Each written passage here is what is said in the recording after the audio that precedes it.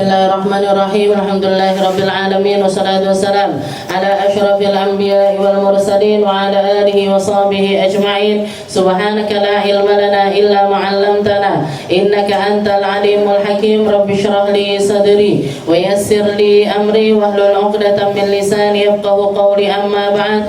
Alhamdulillah ala ni'matil Islam, alhamdulillah ala ni'matil iman wa kafa biha min ni'mah. Alhamdulillah, segala puji bagi Allah Subhanahu wa taala yang memberi kita nikmat Islam iman, memberi kita nikmat sehat serta kesempatan-kesempatan untuk mencari jalan menuju kecintaan kepada Allah Subhanahu wa taala, utamanya adalah lewat hamba kekasihnya Allah, yaitu Nabi kita Nabi Muhammad sallallahu alaihi wasallam. Kita mendekat kepada Nabi, kita nyari sambungan kepada Nabi, kita mencari perkara-perkara yang menjadi jalan kehidupannya Nabi untuk menunjukkan cinta kita kepada Allah Subhanahu wa taala, untuk membuktikan keseriusan kita di dalam berjalan menuju surganya Allah Subhanahu wa taala, utamanya tentang perkara-perkara yang bersifat pujian kepada Nabi, sesuatu yang seringkali Nabi Muhammad mengapresiasi orang-orang yang ada di sekitarnya ketika mereka melakukan perkara tersebut. Termasuk diantaranya Sayyidina Hasan bin Thabit, ketika beliau memandang kepada Nabi Muhammad sallallahu alaihi wasallam, lalu setelah itu beliau mengeluarkan syairnya yang terkenal. Katanya beliau wa ajmalu minka lam tara qattu aina wa ahsanu minka lam tara qattu aina wa ajmalu minka lam talidin nisa'u khuliqta mubarra'an min kulli aibin ka'annaka qad khuliqta kama tasha'u. Katanya Sayyidina Hasan bin Thabit, wahai Nabi, yang semacam engkau Allah Ta'ala belum pernah menciptakan yang seindah ini. Wa ahsanu minka lam talidin nisa'u, dan yang sebaik dirimu tidak ada seorang perempuan yang pernah melahirkannya. Khuliqta mubarra'an min kulli aibin, engkau lahir tanpa celah sedikit pun di dalam fisik maupun juga batinmu. Dohirnya Nabi tanpa celah, batinnya Nabi juga tanpa celah. Ka'annaka qad khuliqta kama tasha'u, seakan-akan engkau telah sudah order dulu sebelum diciptakan sama Allah Ta'ala. Jangan misalkan boleh order, kalau boleh minta sama Allah Ta'ala, sampun cocok napa mboten kalih muka yang semacam ini, utawa awak sing kaya ngene iki kurang ya, alisnya kurang ngene, irungnya kurang ngene, pipine kurang ngene. Kan gitu kan, banyak celah di dalam, makanya terciptalah make up, makanya terciptalah skincare, makanya terciptalah inilah produk itulah, dijual dengan harga yang mahal, dijual dengan harga yang mahal dan laris luar biasa. Pangsa pasarnya terbanyak adalah perempuan. Kenapa kok bisa seperti itu? Karena semua di antara kita hampir nggak ada satupun yang puas dengan apa yang diberikan sama Allah Ta'ala. Jadi banyaknya kurangnya syukur, banyaknya kurangnya nerimo, banyaknya kurangnya ngerasa pas dengan apa yang diberikan oleh Allah Ta'ala. Makanya produk-produk kayak gitu itu larisnya luar biasa. Bibir sekarang hari ini kok mataharinya cerah, aku tak pakai warna pink, rodok mendung, abang ben. Nanti ndelok sing kepiye kuning, hidupe ngene biru, iki biru pisan, kene ireng pisan. Semuanya hal-hal yang seperti itu laris manis luar biasa karena banyak orang nggak puas dengan dirinya. Tapi Nabi Muhammad SAW katanya Sayyidina Hasan bin Thabit, khuliqta mubarra'an min kulli aib, engkau lahir tanpa celah sama sekali ya Rasul. Ka'annaka qad khuliqta kama tasha, seakan-akan engkau lahir dengan setiap detail keinginan dari dirimu sendiri.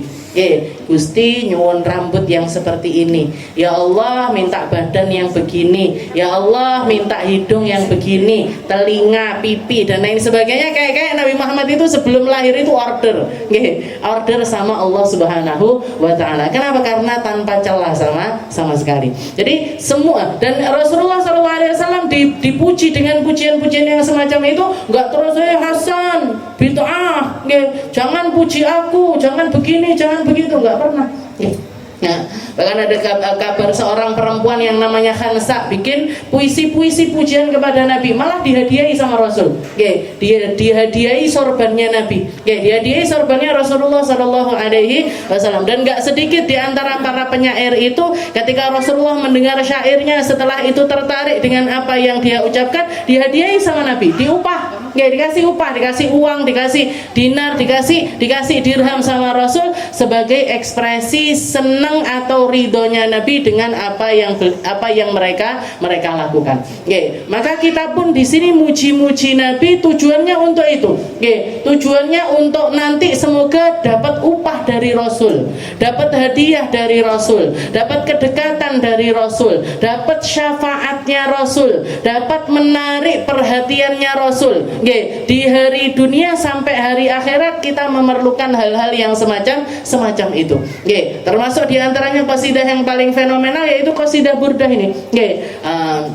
Kita sampai kepada perkataan Imam Al-Busiri yang mengatakan faqan nabiyina fi khalqin wa fi khuluqin wa lam yudanu fi ilmin wala karami. Nabi Muhammad itu diangkat sama Allah Ta'ala setinggi-tingginya melampaui para nabi-nabi keseluruhannya. Allah Ta'ala mengangkat Rasulullah SAW setinggi-tingginya sampai ke tempat yang tidak bisa dicapai oleh manusia manapun, oleh siapapun, dengan cara apapun. Gak akan pernah ada orang yang bisa mencapai kedudukannya Nabi Muhammad SAW. Kalau kita melihat di dalam firman-Nya Allah Ta'ala yang mengatakan la nufarriqu baina ahadim minhu amana rasul bima unzila ilaihi min rabbih wal mu'minun kullun amana billah wa malaikatihi wa kutubihi wa rusulih. La nufarriqu baina ahadim minhum. Kami umat Islam itu punya prinsip tidak membeda-bedakan antara satu nabi dengan nabi yang lainnya. Antara Nabi Adam, Nabi Idris, Nabi Nuh, Nabi Saleh sampai kepada Nabi Muhammad SAW, la nufarriqu baina ahadim minhum. Kami tidak membeda-bedakan satupun di antara mereka. Maksudnya apa? Apa yang tidak kita beda-bedakan? Annahum wahidun fi qasdihim ilallah. Bahwasanya mereka ini adalah orang-orang yang satu visi, satu misi di dalam membawa umat kepada Allah Ta'ala. Dakwahnya sama, risalahnya sama, pesannya sama, yang dibawa juga sama. Gak ada satupun di antara nabi-nabi tersebut yang berselisih pandang di dalam perjalanan untuk menyelamatkan jiwa menuju Allah Subhanahu wa Ta'ala.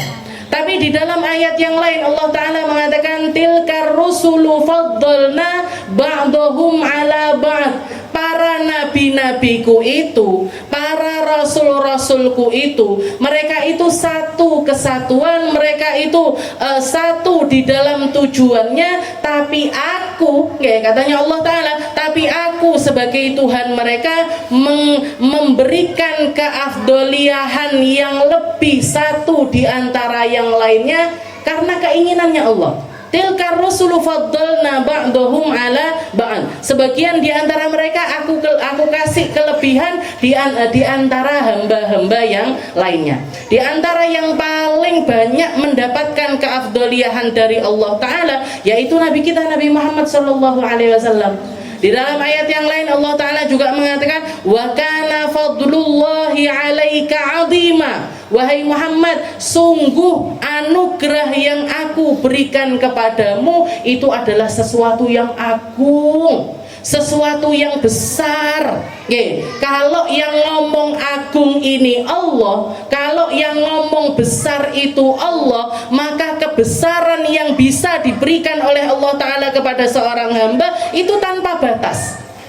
Makanya kita harus percaya dengan apapun yang terjadi di zaman Rasulullah SAW. Sejauh apapun nalar kita menalar, sejauh apapun rasionalisme di dalam otak kita bisa menerima, tapi kalau itu terjadi kepada Nabi Muhammad SAW, kudu percaya, Bu.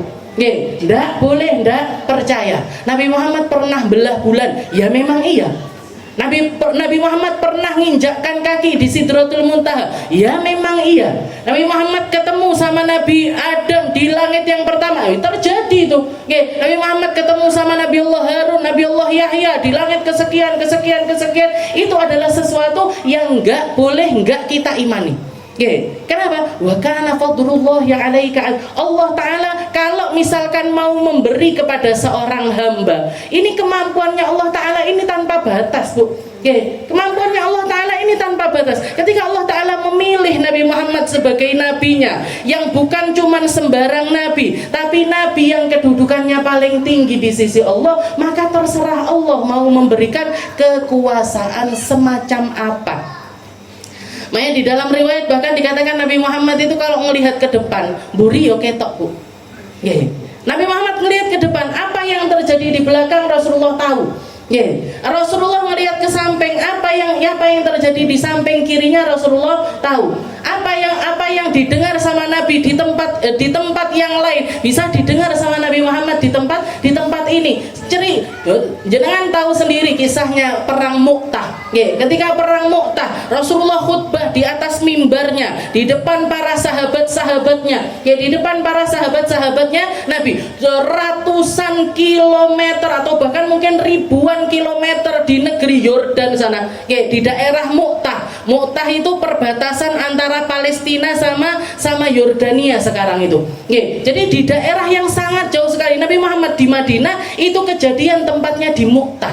Kejadian tempatnya di Mu'tah. Rasulullah SAW menceritakan secara live di depan para sahabat-sahabatnya apa yang sekarang itu terjadi di perang Mu'tah. Katanya Nabi Muhammad, hamalal liwa, yang sekarang ini megang bendera tertinggi peperangannya umat Islam adalah Abdullah bin Rawaha. Yang pertama megang adalah Zaid bin Haritha. Zaid bin Haritha ini siapa? Anak angkatnya Nabi Muhammad SAW. Orang yang bahkan pernah disematkan namanya Zaid bin Muhammad. Orang kesayangannya Nabi, orang kesayangannya Nabi. Yang megang pedang, yang megang bendera adalah Zaid bin Haritha. Fausiba, katanya Nabi. Setelah itu dia akhirnya terkena panah, terkena sabetan pedang, terkena serangan musuh, sampai akhirnya bendera itu hampir jatuh. Disaut, siapa yang nyaut? Abdullah bin Rawaha. Sekarang yang megang benderanya adalah Abdullah bin Rawaha. Fausiba, ternyata Abdullah bin Rawaha pun gugur di medan peperangan. Diambil, disaut sama sahabat sepupunya Nabi Muhammad SAW, Sayyidina Ja'far bin Abi Thalib. Kakaknya Sayyidina Ali bin Abi. Itu Rasulullah cerita terus, Bu, sambil berderai air mata. Kenapa? Karena semua yang megang bendera itu sahabat-sahabat terdekatnya Nabi. Zaid bin Haritha, Abdullah bin Rawaha.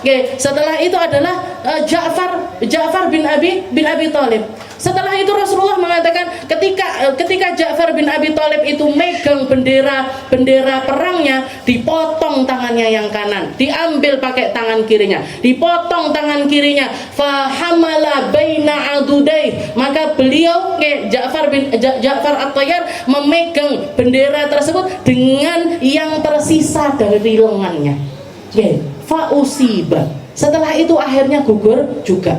Itu langsung. Jadi enggak ini Rasulullah cerita sambil nangis luar biasa. Sambil nangis luar biasa, tahu-tahu beliau nunduk. Setelah nunduk, beliau mengangkat kepalanya sambil setelah itu mengatakan waalaikumsalam. Waalaikumsalam. Rasulullah menjelaskan ketika Ja'far At-Tayyar ini tadi gugur, Allah Ta'ala mengangkat rohnya, menggantikan kedua tangannya yang putus dengan kedua sayap. Dia tidak menyia-nyiakan sayap tersebut, dipakai, dibawa untuk terbang kembali ke negeri Madinah untuk mengucapkan salam perpisahan kepadaku. Maka dijawab sama Nabi Muhammad, waalaikumsalam. Setelah itu naik ke atas langit. Setelah itu Rasulullah mengatakan, fahamalal liwa saifun min suyufillah fafatahullahu alaih. Sekarang yang megang bendera tersebut adalah salah satu dari pedang-pedangnya Allah Ta'ala, dan Allah Ta'ala memberikan kemenangan bagi pasukan tersebut di tangan orang laki-laki. Para sahabat nggak tahu siapa, siapa yang pada akhirnya ditunjuk untuk menjadi panglima perang, sampai mereka pulang ke negeri Madinah baru ketahuan kalau ternyata yang megang atau yang ditunjuk untuk jadi pemimpin adalah Sayyidina Khalid bin Walid. Kalau kita ngomong zaman sekarang, saya cerita, Bu, sekarang ini Bu, neng gone pasar malam neng kono kae. Enek uang ceblok teko bandulan. Jenengan percaya nama boten? Boten. Kenapa? Saya ngomong Ustazah Aminah, arwe konti buka HP yo ndak, dapat wahyu juga ndak, Pak Wahyu paling nek arep ngabar-ngabari gitu. Nah, ini jadi kalau kita mendengarkan segala sesuatu tentang Nabi Muhammad SAW, ndak percaya, ndak oleh. Nggak bisa, kita itu nggak percaya, itu nggak bisa. Kenapa? Faqan nabiyyina fi khalqi wa fi khuluqi. Nabi Muhammad itu naik di atas apa? Di atas para nabi-nabi yang lainnya dalam hal apa? Dalam segala hal, dalam segala perkara. Dalam segala hal, dalam segala akhlaknya Nabi mengungguli akhlak para nabi-nabi yang lainnya.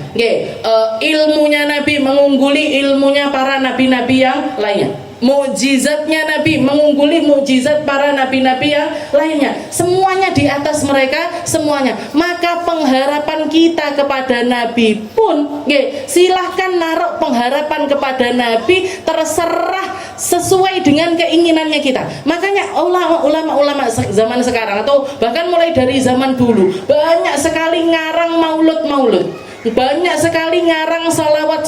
Jangan mengenal salawat aja macam-macam salawat. Ada salawat nariyah, ada salawat tibil qulub, ada salawat syukur segala macam. Syadiliyah lah, inilah itulah segala macam. Kenapa kok kita itu yang dipakai salawat? Karena Nabi Muhammad itu mau kita fungsikan untuk apapun bisa, Bu. Aku loro tak moco tibil Allah masalah ada Sayyidina tibil qulubi wa dawaiha wa afiyatil. Kenapa? Harapannya Nabi Muhammad jadi wasilah saya dapat kesembuhan, atau orang-orang yang ingin saya dapatkan kesembuhan. Ya Allah, saya lagi sumpek, lagi nggak tahu, kepepet, nggak punya jalan keluar dan lain sebagainya. Silahkan baca salawat adrikni ya Rasulullah. Qad hilati adrikni ya Rasulullah. Itu salah satu salawat paling manjur. Kalau kita sudah nggak nemu jalan, buntu di dalam dari segala macam arah, pakai salawat adrikni itu. Atau pakai salawat nariyah di dalam qada'il hawaij. Allahumma shalli ala sayyidina Muhammadin. Salat kamilatan wa salim salam ala sayyidina Muhammadin.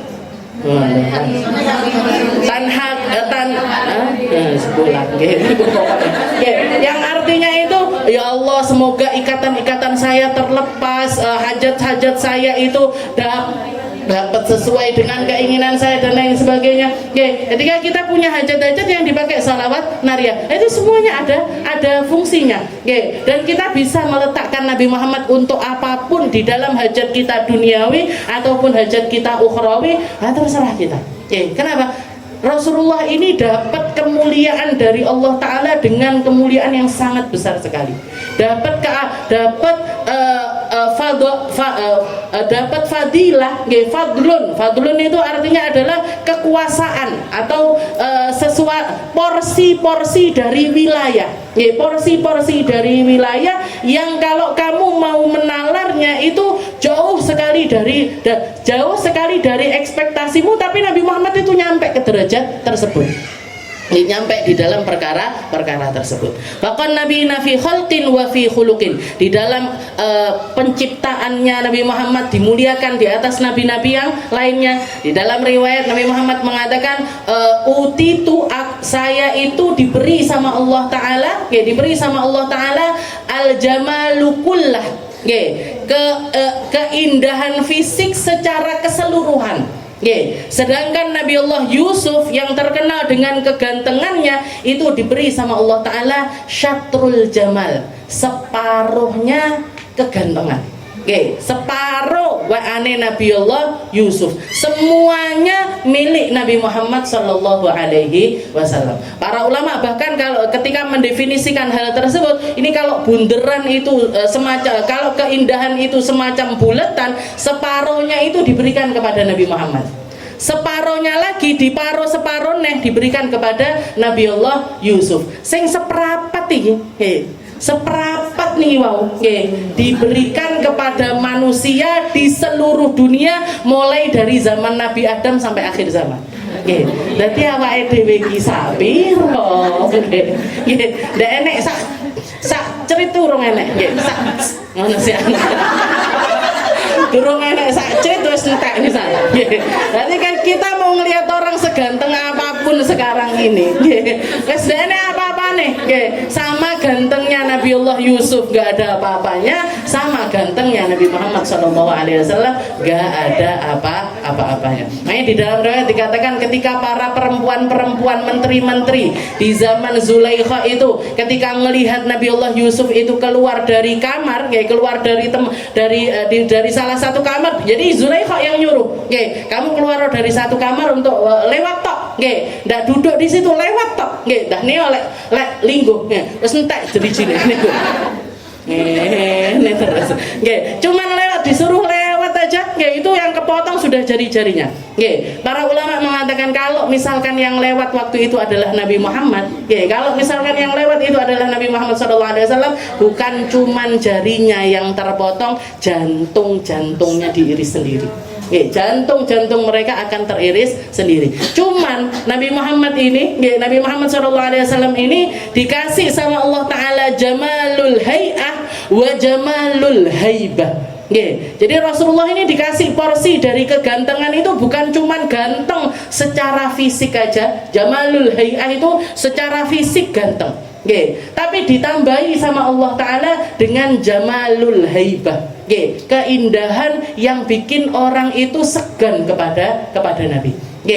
Faghalaba alaihi jamalul haibah min jamalil hay'ah. Setelah itu sama Allah Ta'ala keindahan haibahnya Nabi itu mengalahkan keindahan fisiknya Nabi. Makanya nggak ada ceritanya orang yang sampai semacam itu ketika melihat Rasulullah Sallallahu Alaihi Wasallam. Nggak ada yang sampai ngetok-ngetok drijine atau tergila-gila, yang sampai pengen melakukan sesuatu yang sifatnya itu syahwat. Yang sifatnya itu syahwat. Kayak Zulaikha ini saking tergila-gilanya sama Nabi Allah Yusuf, kan melakukan gimana caranya untuk bisa berdua-duaan sama Nabi Allah Yusuf. Rumahnya dikosongkan, jendelanya dikunci, pintu semuanya dikunci. Setelah itu apa? Kamarnya disiapkan dengan segala, maksudnya disiapkan itu dikei wangi-wangian, disprene, diganti ini itu dan lain sebagainya. Setelah itu Zulaikha-nya dan luar biasa, dan luar biasa, bahkan sudah buka istilahnya, sudah wes istilahnya kowe saiki wis tak cepakne sembarang, ayo kita melakukan sesuatu yang biasanya itu terjadi antara laki-laki dengan perempuan.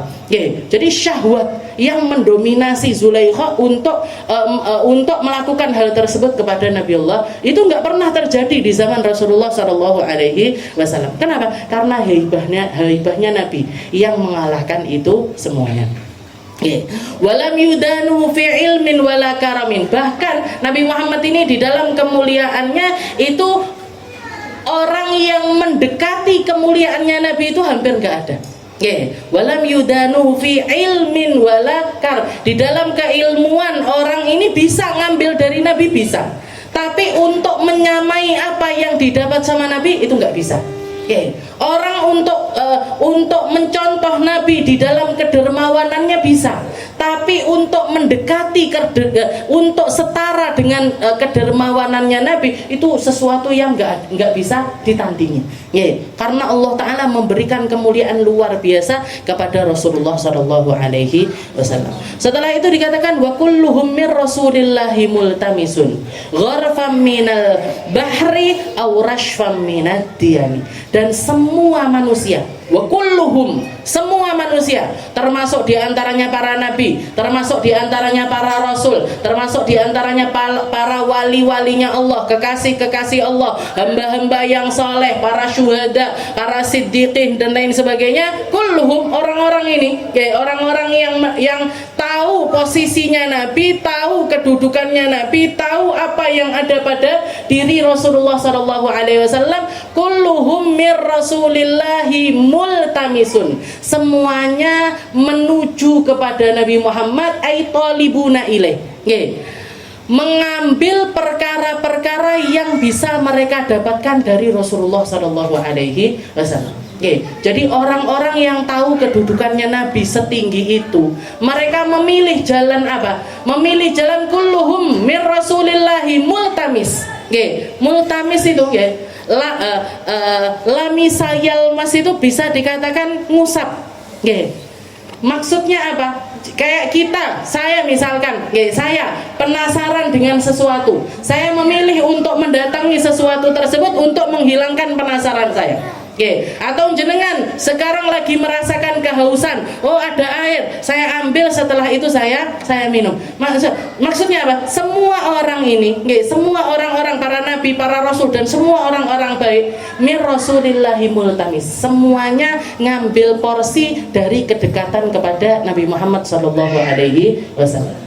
Gharfam minal bahri aw rashfam minad diyami. Di antara mereka ada yang ngambil sak ciduk, rong ciduk, telung ciduk, 10 ciduk, seember, 2 ember. Gharfam minal bahar. Gharfan itu artinya ngambil pakai tangan. Ngambil pakai tangan. Mereka ngambil satu, ngambil lagi, ngambil lagi, nggak akan mengurangi apapun yang ada pada diri Nabi, karena Nabi Muhammad itu semua yang ada pada dirinya semacam lautan yang nggak akan pernah habis untuk diambil siapapun. Kulluhum, semua orang baik, semua orang yang tahu kok posisinya Nabi, mereka akan melakukan hal yang semacam itu. Gharfam minal bahar aw rashfam minad diyami. Aw rashfam minad diyami itu kayak hujan yang deras sekali. Hujan yang deras sekali. Setelah itu kita julurkan mulut kita untuk ngambil cercahan-cercahan atau tetesan-tetesan dari air hujan tersebut.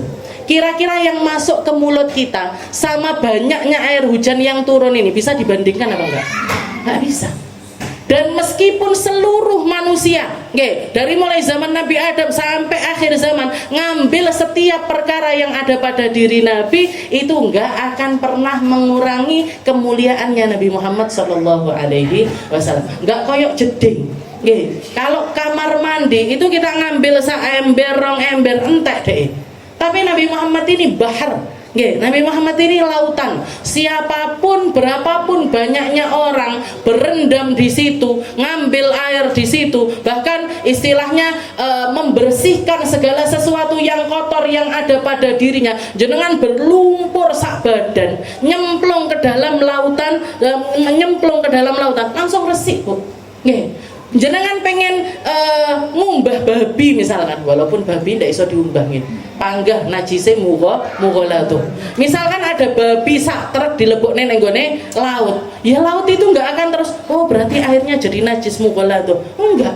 Kenapa? Karena saking banyaknya air yang ada di lautan tersebut. Itu perumpamaannya Nabi Muhammad Sallallahu Alaihi Wasallam. Jadi sebanyak apapun orang meminta atau multamis minan Nabi, ngambil perkara-perkara yang kita mau nirukan akhlaknya Nabi, kita mau ngambil ilmunya Nabi, kita mau ngambil kesalehannya Nabi, kita mau ngambil cara-cara hidup yang ada pada diri Nabi, gak akan berkurang sama sekali dari apa yang ada pada diri Rasulullah Sallallahu Alaihi Wasallam.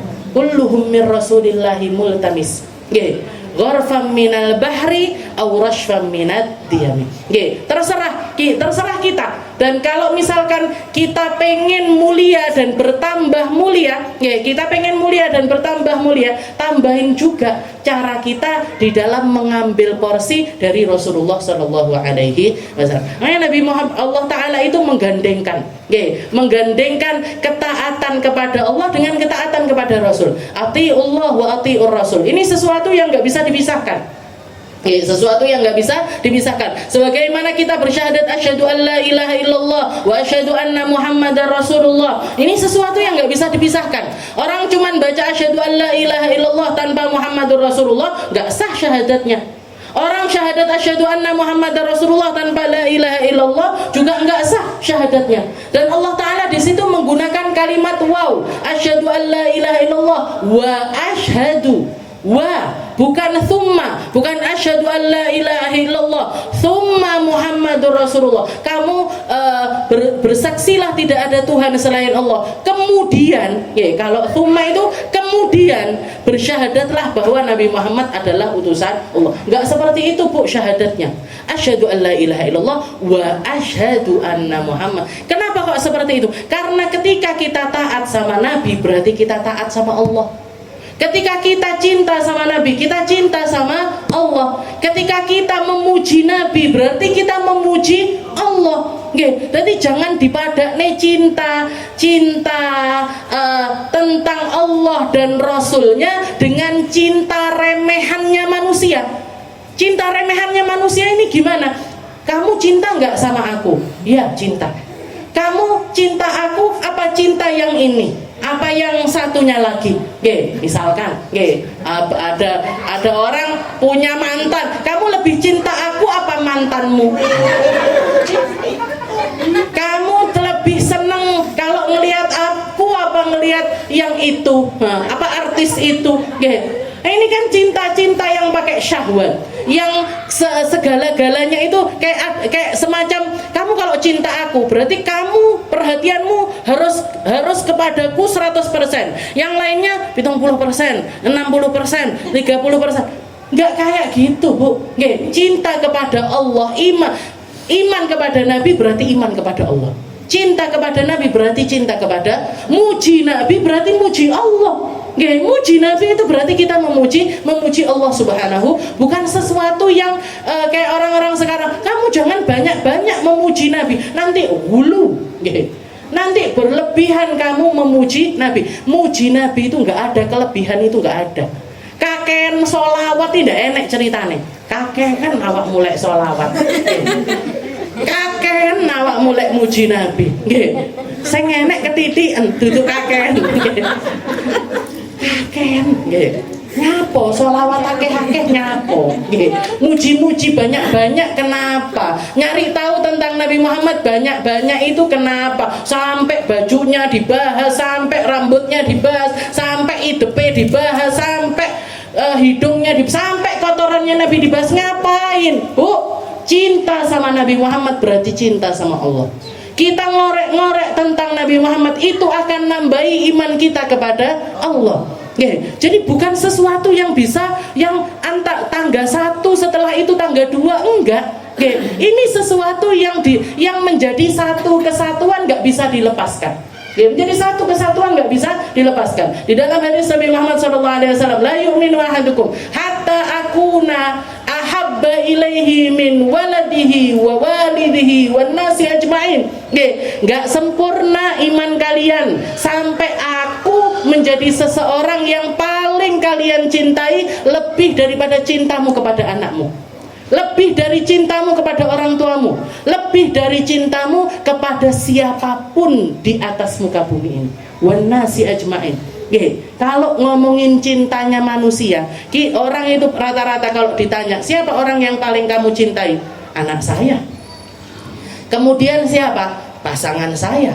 Kemudian siapa? Orang tua saya. Ini kalau kita mau mencapai kedudukan sempurna di dalam keimanan kepada Allah, ini bahkan anak kita korbankan, orang tua kita korbankan, suami kita korbankan. Demi apa? Demi nyari kecintaan kepada Nabi Muhammad sallallahu alaihi wasallam. La yu'minu ahadukum hatta apapun, katanya Nabi, sampai aku menjadi orang yang paling kalian cintai, lebih dari anakmu, lebih dari orang tuamu, lebih dari siapapun juga. Itu perkataan Nabi Muhammad SAW. Yang berarti apa? Yang bermakna ketika seseorang itu cinta kepada Allah, berarti itu adalah ekspresi dari cintanya dia kepada Allah. Ketika dia mencintai Nabi, itu menjadi ekspresinya dia untuk mencintai Allah Ta'ala. Karena ketika Nabi Muhammad yang jadi akar dari kecintaannya dia tidak akan menjadi seseorang yang berjalan di atas hawa nafsunya, tapi hawa nafsunya beriringan dengan hawa nafsunya Nabi. Makanya orang yang sangat mencintai Nabi itu pengennya mirip banget sama Nabi. Mangane mirip Nabi, cara ngomongnya mirip Nabi, cara jelasinnya mirip Nabi, cara tindak tanduknya mau begini doa begini, kalau mau begitu doa begitu, dan lain sebagainya. Siapa yang diturunkan? Rasulullah SAW. Hawa nafsunya dihempaskan, dia mengganti setiap keinginannya dengan keinginannya Nabi. Makanya dikatakan Sayyidina Anas bin Malik ketika masih kecil, sebagaimana pada umumnya anak kecil nggak seneng sayur, nggak suka sayur, tapi dikatakan ketika melihat Rasulullah SAW makan, fatatabba yadahu dubba, katanya Sayyidina Anas, saya ngelihat tangannya Nabi ngambilin dubba. Dubba itu buah yang warnanya kuning itu. Buah yang warnanya kuning gini. Labu. Jadi labu. Jadi ada sayur labu di situ. Ada sayur labu. Tangannya Nabi ini ngambili. Kan sayur itu kan macam-macam isinya. Kayak jenengan bikin lodeh, enek kacang panjangnya, ada ininya, ada tempenya, ada itu. Yang diambili sama Nabi dubaknya, diambil dimakan, diambil dimakan. Apa katanya Sayyidina Anas? Famaziltu an attabi ayadahu hatta uhibbud dubat. Saya ngikuti apa yang dimakan sama Nabi sampai akhirnya yang dulunya saya nggak seneng sama labu jadi seneng sama labu. Karena apa? Karena tahu Rasulullah senengannya labu. Sayyidina Abu Ayyub Al-Ansari, ketika Rasulullah SAW tinggal di rumahnya sebelum punya rumah sendiri di Masjid Nabawi, sebelum beliau punya rumah sendiri, Rasulullah tinggal di rumahnya Abu Ayyub Al-Ansari. Ini kalau menghidangkan makanan, istrinya Abu Ayyub itu kalau menghidangkan makanan, Rasulullah itu seringkali menyisahkan yang nggak dimakan sama Nabi, istilahnya di pinggir-pinggir nih sama Rasulullah itu bawang mentah sama bawang merah mentah atau bawang putih mentah. Itu nggak dimakan sama Nabi. Berarti lek saiki enek acar, Rasulullah nggak makan acar. Sing enek berambangi mentah atau bawang putih, bawang merah mentah itu dipinggirin sama Nabi Muhammad. Ditanya sama Abu Ayyub, ya Rasul, kenapa? Kok nggak dimakan ininya kok nggak dimakan, kenapa? Katanya Rasulullah, ini rojulun munaji rabbah. Saya adalah seseorang yang selalu bermunajat kepada Allah. Maksudnya apa? Saya itu adalah seseorang yang malaikat Jibril itu bisa datang kapanpun juga. Saya di kamar, nanti tahu-tahu malaikat Jibril datang. Nanti saya lagi begini, tahu-tahu malaikat Jibril datang. Sayyidah Aisyah bahkan menceritakan, saya pernah satu selimut dengan Nabi Muhammad SAW, wal wahyu yanzil, dan wahyu itu turun. Jadi bisa kapan aja, dan saya nggak mau bau mulut saya itu nggak enak di depannya malaikat Jibril. Terus apa nggak boleh makan yang semacam ini ya Rasul? Amma antum fakulu, kalau kalian silahkan makan. Kalau saya memilih untuk nggak makan karena saya adalah seseorang yang menjaga bau mulut biar nggak sampai menyakiti siapapun. Apalagi yang sering saya temui ini adalah utusannya Allah, yaitu malaikat Jibril. Jadi Rasulullah tidak mengharamkan, tapi Rasulullah memilih untuk enggak makan. Rasulullah enggak mengharamkan, tapi Rasulullah memilih untuk tidak makan. Maka dikatakan istrinya Abu Ayyub sejak saat itu enggak pernah menyajikan bawang merah, bawang putih yang enggak dimasak. Kalau dimasak Rasulullah mau makan, karena kan baunya hilang. Tapi kalau mentahan gitu, jalan jenengan mau sholat ngelatai bawang putih, sebelah aromanya, kan mesti seperti itu. Wa kullu min rasulillahi multamisun gharfan minal bahar aw rashfan minad diyami. Jadi sebanyak apa yang kita ambil dari Nabi Muhammad, sebanyak itu juga Allah Ta'ala akan memuliakan kita. Sebanyak apa kita mau memanfaatkan Nabi Muhammad, sebanyak itu juga kemanfaatan akan datang kepada kita. Jadi Rasulullah SAW itu diambil oleh siapapun, manusia manapun, gak akan berkurang apapun dari diri Nabi Muhammad SAW. Jadi orang kalau cinta sama Nabi, orang kalau memiliki kecintaan sama Nabi, dia akan menyelaraskan apapun yang ada pada dirinya kepada Rasulullah SAW. Ditambah lagi di para sahabatnya Nabi, orang-orang yang hidup di zaman Rasulullah SAW, mereka itu bukan cuman ngambil sesuatu yang semacam ilmu, akhlak, nggak cuman itu Bu, semua yang berkaitan sama Rasulullah mereka akan menjadikan itu sebagai sesuatu yang mulia. Ini jalan hidupnya para sahabatnya Nabi, orang-orang fi qarnil awal, orang-orang yang ada di zaman awal, di zaman yang sezaman sama Rasulullah SAW. Dikatakan kadu yaktatiluna ala wadu'i, mereka itu seringkali berebut air bekas wudunya Nabi. Kalau ada yang nggak kebagian air bekas wudunya Nabi, mereka ngambil dari orang-orang yang dapat air bekas wudunya Nabi. Jadi ngambil barokah dari Rasulullah SAW. Setelah itu juga dikatakan ketika haji wada, ketika Rasulullah haji wada, itu Rasulullah memilih untuk menghabiskan seluruh rambutnya. Istilahnya digunduli Nabi Muhammad. Digundul, setelah digundul Rasulullah bilang sama halaku. Rasulullah bilang sama orang yang nyukur Nabi. Katanya Nabi, ini rambut jangan dibuang tapi taruh di wadah. Setelah ditaruh di wadah, diparuh dua sama Nabi. Diparuh dua sama Nabi. Yang separuh diberi, Rasulullah bilang sama tukang cukur ini rambut ini yang separuh ini bagikan kepada para sahabat-sahabatku. Dibagikan kepada para sahabat. Sahabat Nabi waktu itu rebutan ndak karuan, Bu. Enek sing entuk sakler, enek sing entuk rongler, enek sing entuk telung ler. Dari pokoknya ngambil, pokoknya mereka bahkan berebutan sampai yang seheboh itu. Dan Rasulullah melihat ternyata separuh rambutnya Nabi itu nggak cukup, yang separuh lagi akhirnya diberikan juga. Ini huwallazi mu'tamin ala tauhid. Rasulullah itu manusia yang diberi amanah sama Allah Ta'ala untuk menanamkan tauhid, untuk menjelaskan tauhid, untuk menjaga tauhid. Ini Rasulullah membagikan rambutnya kepada para sahabat-sahabatnya untuk dipakai pegangan sama mereka masing-masing.